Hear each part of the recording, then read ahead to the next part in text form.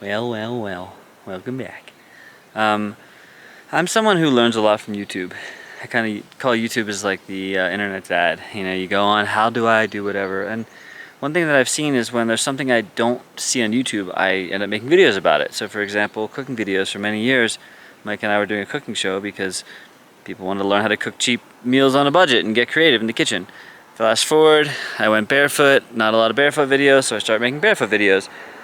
One thing when I first moved to Boulder that I did not see that I wish there was videos of, which made me end up now making my own videos, is how to garden on a freaking mountainside. So I live on a mountainside, it's my friend's property, beautiful property.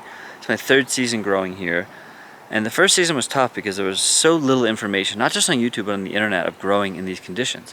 I talked to neighbors, they're like, don't bother growing. You need raised beds, you need, because the soil is terrible and you dig down a few inches and it's all rocks, and if you don't have cages and coverings and all that kind of stuff and fences, that the animals are going to eat it because there's deer and there's bears and mountain lions and all kinds of stuff out here. So instead of just blindly listening to what they said, which that's just not my style, I started figuring it out for myself. And lo and behold, I learned so much about growing food on a mountainside. 3 seasons in, everything's starting to just pop and take off and do so well and look so happy and healthy. So I thought I would share a bit about my experience and show you guys around my sort of permaculture-based food forest on the side of a mountain.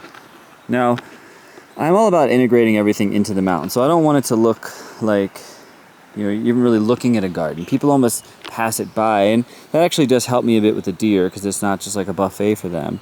And this is our main garden out here. And so one thing you'll notice is that like all this stuff over here, this is just all wild.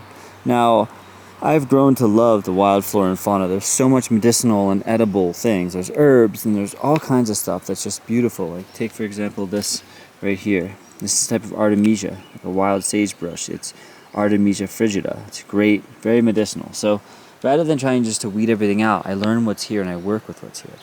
Now this garden, I've been amending with compost that we've been making and different things, adding wood chips and leaves and whatnot, but the reason I ended up making it here is because there's a lot of pine trees around here, and we really only have pine trees out here for the most part, so I was looking for areas that already had, in comparison to the rest of the space, decent soil. And I found that this soil here is pretty good. At least it wasn't as rocky as like the spots all the way out there. You can see it's much more open. Right, so I started digging up and found some decent soil patches and decent relative, but I started amending it. And so what I like to do is I've seeded this with a lot of different things, and peas for nitrogen and radishes, and then this year I've started to plant in more perennials. So I have a few perennials here, but I also have a lot of annuals, zucchinis and tomatoes, and I tried to put a blackberry, it didn't stick. I've got lemon balm, and radish, and there's mallow. This here is all this amazing wheat that I've planted so I can make my bread. Now this garden here, there's a lot of medicinal stuff, and we have ashwagandha, and there's dill, and there's also a lot of shallots I put in, and carrots, and there's a beautiful white rose bush, and there's ground cherries there you can see, and there's purple basil.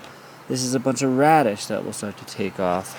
I've also got, there's an asparagus right there that's been going for 3 years, doing really well, starting to harvest a little bit. More of that wheat. Over here I've got clary sage, right, looking in hot. I've got more of the wheat. I've got this beautiful rosemary that's been going for a few years. And again, I like when it kind of gets crazy in some of these areas because it confuses the animals. And even if they want to eat, it's okay. And that's the thing, I plant enough for everybody. So this garden I know is going to get more eaten up than my other gardens, but I'm not just planting for me. That's a big thing in permaculture, is you have zones.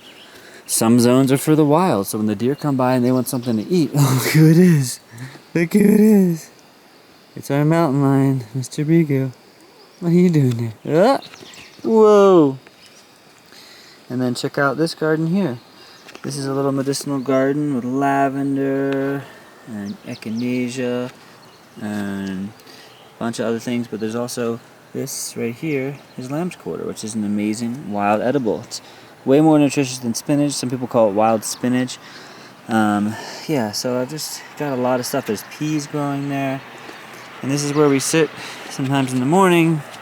We'll meditate, we'll do a little tea time, and have ourselves a good old time. Another garden that I absolutely love, I call this the fairy garden.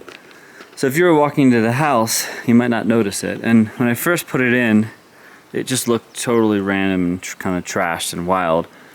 Now I've really grown to love the weeds here, like I said. So this, for example, is called wild lettuce. And if you pull it off, you can see there's a little bit, I don't know if you can totally see it in camera, but there's this milky substance that starts to come out of the leaf. And they actually call this poor man's opium. It makes a sort of painkiller. I've never tried it before. When I've just eaten the leaves, they're extremely, extremely bitter. But what you'll notice about it is it's got all these spikes on it. And you know, whenever you're foraging for anything, it's always important to know exactly what you're eating before you eat it. But one thing I've learned is most things that are edible, actually often, not all the time, but oftentimes when they have spikes, that means they're edible. Because they're trying to protect themselves. So yeah, this is the original, where like lettuce comes from, the OG lettuce plant. It's been cultivated and changed a million times. So I've got tomatoes here, some herba, I've got some basil, chamomile, and yeah, so if you were like just walking, you might not even really notice it because it's super integrated into the side of the hill. But then you start digging in, you're like, oh wow, look, there's kale, cool. And I don't want to keep it all just in these like pretty rows, because the deer come here to eat a lot, and they actually never eat this. They literally will eat like a foot away, like right here. They'll eat all this stuff, and this kind of gets protected from all this other stuff that's just more wild and merged in. There's a bunch of holy basil, tulsi here, tulsi, borage. Borage is amazing. You can actually take these flowers here, how pretty, and you can pop them right off. Give them a taste. I have a ton of mint, right? African daisies. Now mint, people say you got to be careful because when you plant it, it's going to spread, which is true. It will spread, but it's not just going to take over this garden because it has to compete with a lot of stuff. So as my friend Veronica Flores, who has a great YouTube channel, said, you know, you can, you know, try to keep mint contained, but I'd say it's easier just to plant some, let it spread, and then pick it out, because mint's delicious, right? So when you're weeding it, you're getting delicious mint, which I think is a good sentiment. I've never had an issue with it taking over anything, too bad. So yeah, I've got angelica, radish and mustard greens, and this is cilantro. Now, I used to get frustrated when things like cilantro would start to go to seed, because when it gets really hot, everything just kind of bolts and starts going to seed. But I've actually come to really love seed collection, and as much as I'll grow enough cilantro to eat some, I really love saving seeds, because what happens is, well, let's say you get some seeds from a little packet. Well, when you grow them in your area, they start to adapt to that area. So the new seeds of that plant are more adaptable and more hardy for that area. So you can see the cilantro, which, you know, coriander, I can use that as a spice, or I can plant more. And what blows me away is one cilantro plant will give me potentially hundreds of seeds. So, I mean, I just think about how cool that is, because you buy a seed packet and it's really expensive, but one of those seeds gets you a lot more. This tomato's looking really healthy. I will say this is my third year growing, and 3 years in, and now things are really starting to pop and this look healthy. And I feel like my first couple years, especially in general growing tomatoes, I always struggled to get these really nice, just like deep green, healthy leaves. I make my own fertilizer. I do use my own urine, not gonna lie. Not only urine, but I do use urine. You gotta dilute it. You just use a little bit, but if you have a good diet, it's really good for nitrogen. There's lots of minerals in it, so I use that with some other things that I mostly make. Yeah, and just look how healthy and alive they are. I'm not using pesticides. That's another part of more permaculture, is like, you know, if something is getting eaten by something, what I do, I don't react. I just watch. I observe. I listen.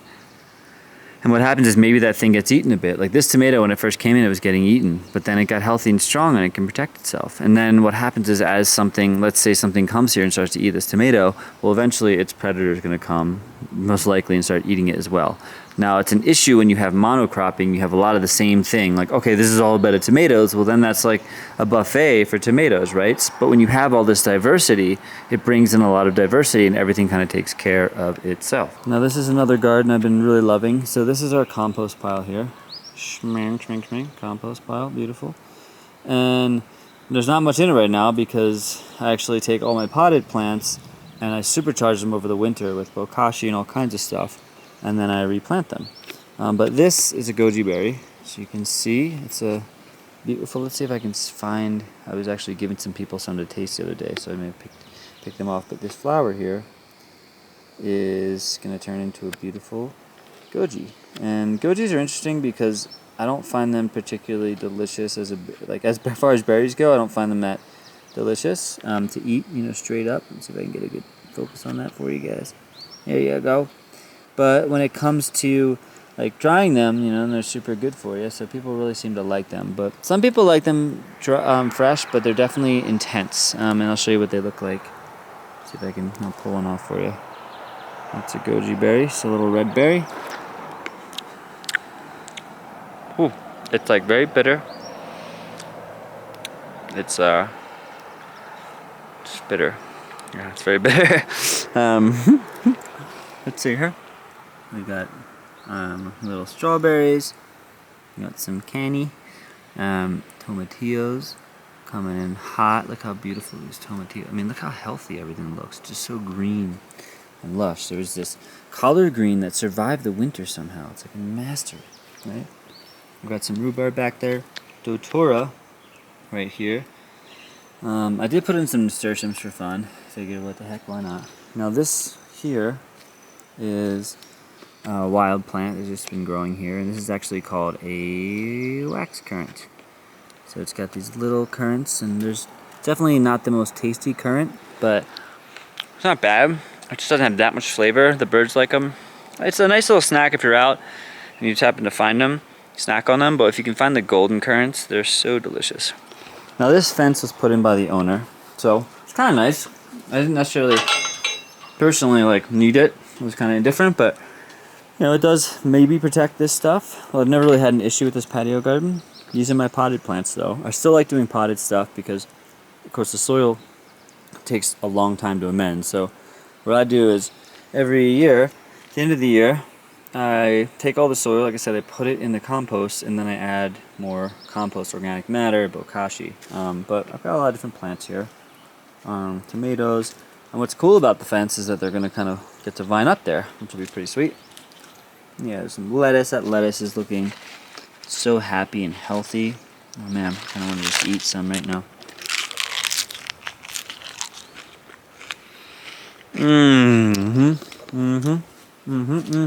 I said, So, I'm not going to necessarily share every single garden that I have, but I hope this maybe open your mind up to some ideas. If you're just getting into gardening, I love the connection to nature. And while I do enjoy growing food, to me it's more about developing that connection.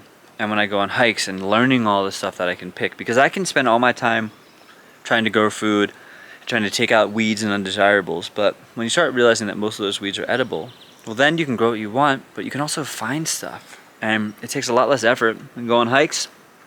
Oh my god, I found a bunch of stuff. You eat it, and you enjoy it, and you have a good time. Again, don't eat anything unless you know what it is. But when you start learning about foraging, the world opens up in a great way.